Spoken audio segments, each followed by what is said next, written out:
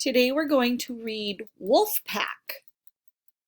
This is, I believe, a non-fiction book.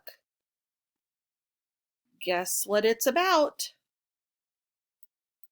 Wolves. This is the title page. It is by Annette Bay Pimentel. That's the author. It says, "I'm Sam, your Wolf Pack tour guide." You know the big bad wolf from fairy tales? But a wolf is not really bad. It's just a big animal with a family to protect. A wolf family or pack has two leaders, one male and one female. But all the wolves work to keep the pack safe and fed. Our tour guide over there at the corner says wolves live in many places around the world. The red area is where the wolves live in the wild. As you can see, North America and Asia are red, so that's where the wolves live in the wild. On a cool day, the pack wakes up from a chilly nap. Today is an exciting day. The pups are leaving their warm, cozy den for the very first time. Mother Wolf leads them to meet the pack. The pups yip to tell the pack they are hungry. Our tour guide says, wolf pups may come out when they are 3 weeks old. And here you see pup and den. These are words that are showing us what labeling things that are in the picture. Father Wolf signals that it's time to hunt.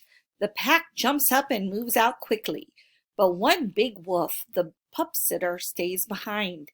It's his job to keep the pups safe while the others hunt. There's the Pup Sitter right here.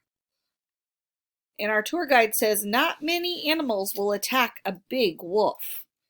Dangers to wolf pups: having no food, getting sick or hurt, or being attacked by a bigger animal. So that's why they need this Pup Sitter to take care of them and to watch over them, kind of like a babysitter. When the pack comes back with food, the pups wiggle and whine. That's because they know it's dinner time. They lick the hunters' mouths and surprise! One hunter spits up some food. The pup gulps it down fast. Slurp, slurp. Our tour guide says these are some of the animals that wolves hunt and eat. They eat deer, beaver, and rabbit. After dinner, it's playtime. A scrap of rabbit fur makes a great toy. Pups pounce on it over and over and play tug. Grr, grr.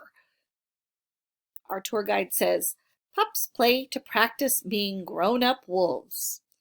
But it's not just play. The pups are really learning about hunting and wolf food. At playtime, pups also learn how wolves use their bodies to tell each other things. What if a playful pup gets too rough?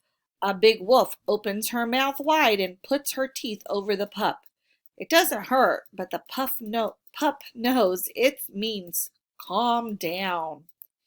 Here are some things that wolves tell each other with their bodies. At the top here you see, let's play. And this one, I'm afraid. And the last one, I'm the boss. You can see their tails are at different angles for each of the expressions that they're showing. At sunset, a big bear suddenly appears. The bear has sharp claws and teeth that can hurt little pups. The pack is instantly alert. In a rush, the wolves race after the bear with bared teeth and hackles up. The bear roars as the wolves chase it away. Our tour guide says the fur on the wolves' backs is called hackles. And here it's labeled hackles, so it makes it bigger.